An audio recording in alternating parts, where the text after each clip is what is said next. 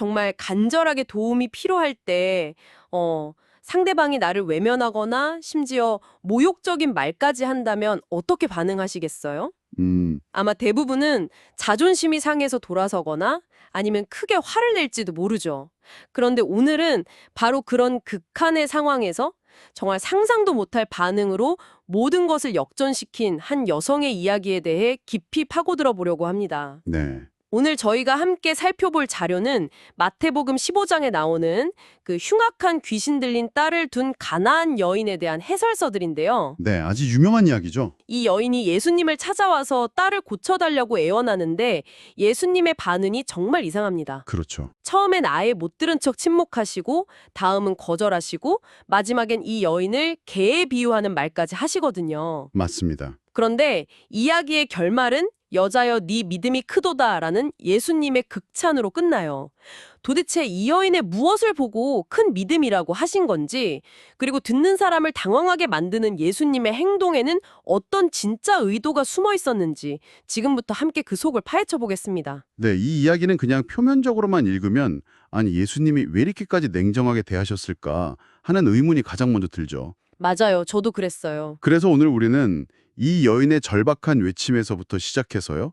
예수님이 던지신 3번의 혹독한 시험, 그리고 그 시험을 보기 좋게 통과해내는 여인의 놀라운 답변까지 그 대화의 흐름을 하나하나 따라가 보려고 합니다. 아, 그 과정을 따라가다 보면 네. 이 과정을 통해 자료들이 공통적으로 이야기하는 진정한 믿음이란 과연 어떤 모습인지 그 본질에 한 걸음 더 다가갈 수 있을 겁니다. 좋습니다. 이 이야기의 진짜 깊이를 이해하려면 애초에 예수님이 왜 거기에 계셨는지부터 알아야 할 것 같아요. 네, 배경이 아주 중요하죠. 21절을 보면 두로와 시돈이라는 지방으로 가셨다고 나오는데 자료에 따르면 여긴 당시 유대인들이 우상 숭배하는 더러운 땅이라고 여기면서 거의 발도 들이지 않던 곳이잖아요. 맞습니다. 기피하던 곳이죠. 왜 굳이 이 이방인의 땅으로 가신 걸까요?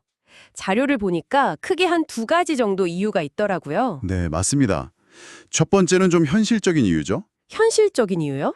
당시 예수님은 바리새인 같은 유대 종교 지도자들과 계속해서 갈등을 겪고 계셨거든요. 그렇죠. 그들의 비판과 공격이 점점 심해지니까 잠시 그 갈등을 피해서 제자들과 함께 조용한 곳으로 물러나신 겁니다. 뭐 일종의 전략적 후퇴라고 볼 수 있죠. 잠시 숨을 고르기 위해 가셨다는 거군요. 네. 그런데 이 이동에는 그보다 훨씬 더 중요한 상징적인 의미가 담겨 있습니다. 어떤 의미죠?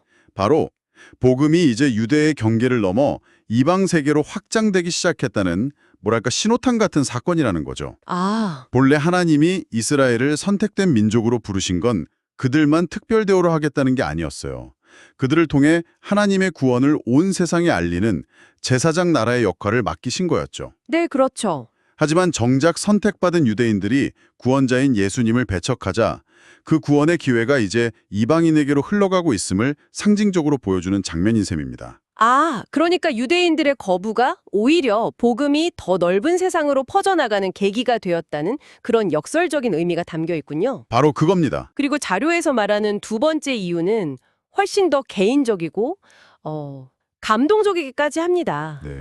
이 모든 여정이 사실은 오늘 이야기의 주인공인 이 가나안 여인 단 한 사람을 만나기 위한 것이었다는 해석이요. 바로 그 지점이 이 사건이 보여주는 하나님의 마음의 핵심입니다. 한 사람을 위해서 네. 세상의 눈으로 보면 한 명의 이방 여인은 별것 아닌 존재처럼 보일 수 있죠. 하지만 하나님에게는 온 우주와도 바꿀 수 없는 소중한 한 영혼이라는 겁니다. 수많은 사람을 스쳐 지나가는 길이 아니라 고통받는 단 한 영혼을 구원하기 위해 계획된 여정이었다는 것. 예수님의 발걸음 하나하나에 그런 의도가 담겨 있었다는 해석은 우리에게 시사하는 바가 큽니다. 그런 엄청난 배경 속에서 드디어 이 여인이 등장하는군요. 성경은 그녀를 그냥 이방 여자가 아니라 콕 집어서 가나안 여자라고 소개하는데 이것도 의도적인 표현이라고요. 그렇습니다. 가나안은 구약 시대부터 이스라엘과 적대 관계에 있었고 우상 숭배의 대명사처럼 여겨졌던 족속이거든요. 아, 그러니까 이 표현은 그녀가 하나님의 약속과는 가장 거리가 먼 철저한 이방인이라는 점을 최대한 강조하는 장치인 셈이죠. 그런 덜망적인 배경을 가진 그녀가 예수님께 와서 외친 첫 마디가 정말 인상적입니다. 주 다윗의 자손이여 나를 불쌍히 여기소서. 네, 여기서 주 다윗의 자손이여. 이게 그냥 위대한 분이여. 뭐 이 정도의 존칭이 아니었군요. 전혀 아니죠. 이건 당시 유대 사회에서는 굉장히 정치적이고 신학적인 뭐랄까 폭탄 선언에 가까운 고백입니다. 탄선언이요? 네, 다윗의 자손이라는 호칭은 유대인들이 수백 년간 기다려온 자신들의 구원자, 즉 메시아를 가리키는 가장 대표적인 표현이었거든요. 세상에. 그러면 이 이방 여인은 예수님을 보고 그냥 병 잘 고치는 신통한 사람이 아니라 그렇죠. 이스라엘이 그토록 기다려온 바로 그 메시아라고 알아보고 선포한 거네요? 바로 그겁니다. 변변한 신학 교육을 받았을 리 없는 이방 여인이 풍문만 듣고도 예수님의 정체성을 정확히 꿰뚫어 본 거죠. 와. 당시 최고의 종교 지도자들도 예수님을 알아보지 못하고 배척했던 것과 극명한 대조를 이룹니다. 자료에서 인용한 노마서 말씀처럼 혈통적 유대인이냐 아니냐가 중요한 게 아니라 마음의 믿음으로 하나님께 인정받는 진짜 언약 백성이 될 수 있다는 걸 보여주는 강력한 사례인 거죠. 그리고 또 하나 흥미로운 점은 아픈 건 딸인데 내 딸을 불쌍히 여겨달라가 아니라 나를 불쌍히 여겨달라고 외쳤다는 점이에요. 아, 네. 그 부분도 중요하죠. 물론 자식의 아픔을 자기 아픔처럼 여기는 엄마의 마음이 절절하게 느껴지기는 하는데 자료에서는 그 이상의 의미가 있다고 설명하더군요. 네, 물론 그 절절한 모성애도 담겨 있죠. 하지만 이 여인의 외침은 더 깊은 차원의 고백으로 해석됩니다. 더 깊은 차원이요. 그녀는 귀신 들려 고통받는 딸의 비참한 모습을 통해 하나님 없이 살아온 자기 자신의 영적인 비참함과 절망적인 상태를 본 겁니다. 아, 딸을 통해서 자기를 본 거군요. 네, 그래서 이것은 단순히 딸의 병을 고쳐달라는 요청을 넘어서 죄와 절망 속에서 살아온 한 영혼이 구원자이신 메시아께 드리는 자기 존재 전체에 대한 구원의 간청이라고 볼 수 있습니다. 와, 정말 놀라운 믿음의 고백이네요. 그런데 이렇게 엄청난 고백을 했는데 예수님의 첫 반응은 정말 찬물을 끼얹는 수준입니다. 맞아요. 정말 그렇죠. 23절 예수께서 한 말씀도 대답하지 아니하시니 아니 왜 침묵하신 걸까요? 듣는 저까지 답답해지는데요? 그렇죠. 보통 이런 상황에서 침묵은 거절의 의미로 받아들여지기 쉽습니다.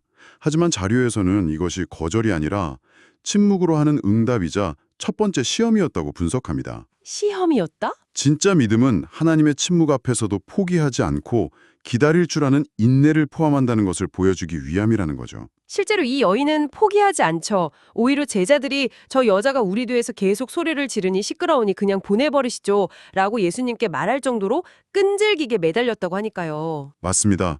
그녀의 믿음은 침묵이라는 첫 번째 관문을 통과한 셈입니다. 그러자 예수님이 드디어 입을 여시는데 그 말씀이 더 충격적입니다. 아, 그 다음 말씀이요. 24절. 나는 이스라엘 집에 잃어버린 양 외에는 다른 데로 보내심을 받지 아니하였노라. 이건 그냥 명백한 거절 아닌가요? 내 담당은 유대인이지 너 같은 이방인은 아니야 라는 뜻이잖아요. 맞아요. 정말 듣는 사람 마음을 후벼 파는 말인데요. 나는 네 담당이 아니다 라는 말만큼 절망적인 게 또 있을까요? 그렇죠. 이것이 바로 두 번째 시험입니다. 사역의 우선순위에서 너는 제외된다는 어떻게 보면 굉장히 원칙적인 이야기죠. 이 말을 들었을 때 그녀가 아, 역시 나는 안 되는구나 하고 낙심하며 돌아설 것인가 아니면 그럼에도 불구하고 예수님만이 유일한 희망임을 붙들 것인가를 보시는 겁니다. 와, 그런데 그녀의 반응이 또 한 번 우리를 놀라게 합니다. 어떻게 반응하죠? 물러서기는커녕 오히려 더 예수님께 가까이 다가가 그 앞에 절하며 말합니다. 주여, 저를 도우소서. 아, 구원자이심을 저는 믿습니다. 저에게는 주님 말고는 다른 어떤 소망도 없습니다. 라는 고백이 담겨 있는 겁니다. 대단하네요. 침묵에도 굴하지 않고 공식적인 거절의 말 앞에서도 포기하지 않고. 네, 그런데 여기서 끝나지 않는다는 게 이 이야기의 정말 무서운 점입니다. 예수님이 세 번째로 하신 말씀은 정말 어떻게 이런 말을 하실 수 있나 싶을 정도인데요. 그렇죠. 바로 그 지점이죠. 26절. 자녀의 떡을 취하여 개들에게 던짐이 마땅하지 아니하니라. 바로 이 지점이 이 이야기 전체의 클라이맥스이자 이 여인의 믿음이 왜 큰 믿음인지를 증명하는 결정적인 순간입니다. 아시다시피 당시 유대인들은 이방인들을 경멸적으로 부를 때 개라는 표현을 썼습니다. 예수님은 지금 그 가장 모욕적인 단어를 사용해서 마지막 시험을 던지신 겁니다. 너 자신을 개와 같은 존재로 여기는 이 모욕을 감수할 만큼 너의 믿음은 진실한가를 묻고 계신 거죠. 솔직히 이 부분은 아무리 시험이라고 해도 좀 선을 넘은 것처럼 느껴집니다. 그렇게 보일 수 있죠. 자존심이 조금이라도 있는 사람이라면 내가 지금 내 딸 때문에 이렇게 애원하고 있는데 어떻게 나한테 개라고 할 수 있냐면서 분노하고 돌아섰을 것 같아요. 보통 사람이라면 당연히 그랬을 겁니다. 그런데 바로 여기서 이 여인의 위대함이 드러납니다. 그녀는 이 위기를 정면으로 돌파하며 모욕을 은혜의 기회로 바꿔버리는 놀라운 지혜를 보여줍니다. 네, 그녀의 대답이 정말 기가 막힙니다. 27절, 주여 올소이다마는 개들도 제 주인의 상에서 떨어지는 부스러기를 먹나이다 하니. 바로 그 대답이죠. 이 짧은 한마디에 도대체 어떤 의미가 담겨 있길래 예수님이 그토록 극찬하신 걸까요? 자료들은 이 위대한 고백을 크게 두 가지 측면에서 분석합니다.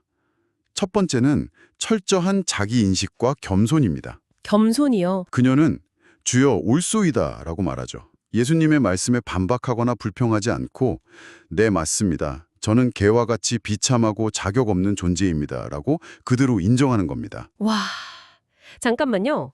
누군가 나를 개라고 불렀는데 화를 내는 게 아니라 네, 맞습니다라고 답하는 그 마음 상태를 상상하기가 힘드네요. 그렇죠. 어떻게 그게 가능했을까요? 그게 가능했던 이유는 그 말씀을 하시는 분이 누구인지를 그녀가 정확히 알고 있었기 때문입니다. 아, 내 앞에 계신 분이 온 우주를 만드신 창조주의자, 거룩한 구원자이심을 믿었기에 그분 앞에서 자신이 얼마나 죄 많고 비참한 존재인지를 깨달았던 겁니다. 그래서 개라는 표현이 인격적인 모욕이 아니라 영적인 실상에 대한 정확한 진단으로 들렸던 거죠. 이렇게 자신을 철저히 낮추는 것이 구원을 향한 믿음의 출발점임을 보여줍니다. 구원자 앞에서 자신의 진짜 모습을 깨달았기에 상처받지 않을 수 있었다. 정말 깊은 통찰이네요. 그럼 두 번째 의미는 뭔가요? 두 번째는 그 절망적인 자기인식에서 피어난 역설적인 소망입니다. 역설적인 소망. 그녀는 개라는 단어는 그대로 받으면서 부스러기라는 단어를 사용해 판을 뒤집습니다. 여기서 부스러기는 주님의 은혜가 보잘것없다는 뜻이 전혀 아닙니다. 오히려 정반대죠. 정반대라니요. 주님의 상은 너무나 풍성해서 자녀들이 먹고 남아서 떨어지는 그 부스러기만으로도 우리 같은 개들은 배불리 먹고도 남습니다.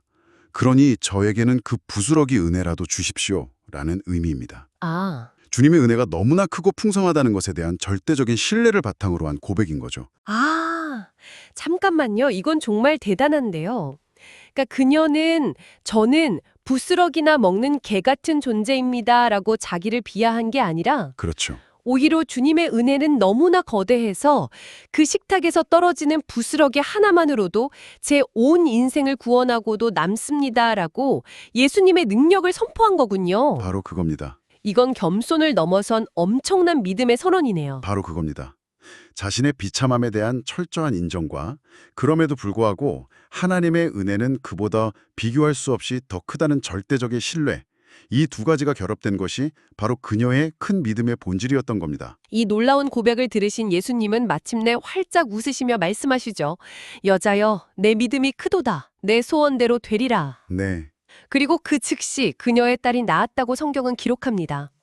길고 혹독했던 시험이 마침내 가장 완벽한 해피엔딩으로 끝나는 순간입니다. 네.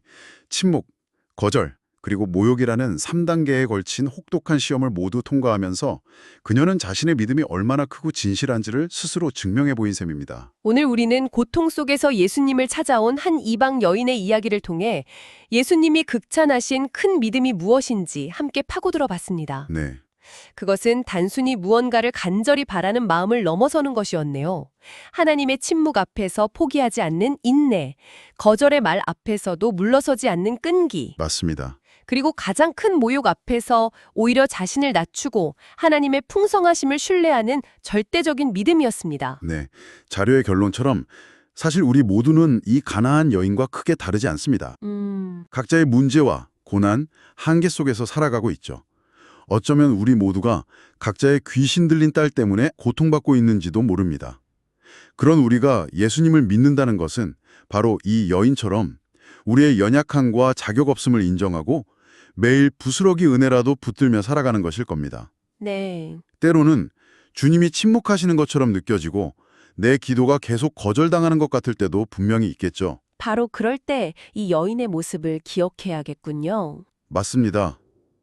그럴 때 포기하거나 내 얇은 꾀로 문제를 해결하려 하는 대신 오직 주님만이 유일한 소망임을 고백하며 끈질기게 매달릴 때 마침내 네 믿음이 크도다라는 응답을 듣게 될 것이라는 메시지를 이 이야기는 우리에게 던져주고 있습니다. 마지막으로 이런 질문을 던져보면서 마무리하고 싶네요. 네, 만약 당신의 삶에서 지금 겪고 있는 침묵이나 거절처럼 느껴지는 그 순간들이 사실은 당신을 외면하는 것이 아니라 당신의 믿음을 더 깊고 크게 만드시려는 하나님의 특별한 시험이자 초대라면 어떨까요? 아, 이 여인처럼 그 시험을 통과했을 때 우리 삶에는 과연 어떤 놀라운 변화가 일어나게 될지 한번 깊이 생각해 보시면 좋겠습니다.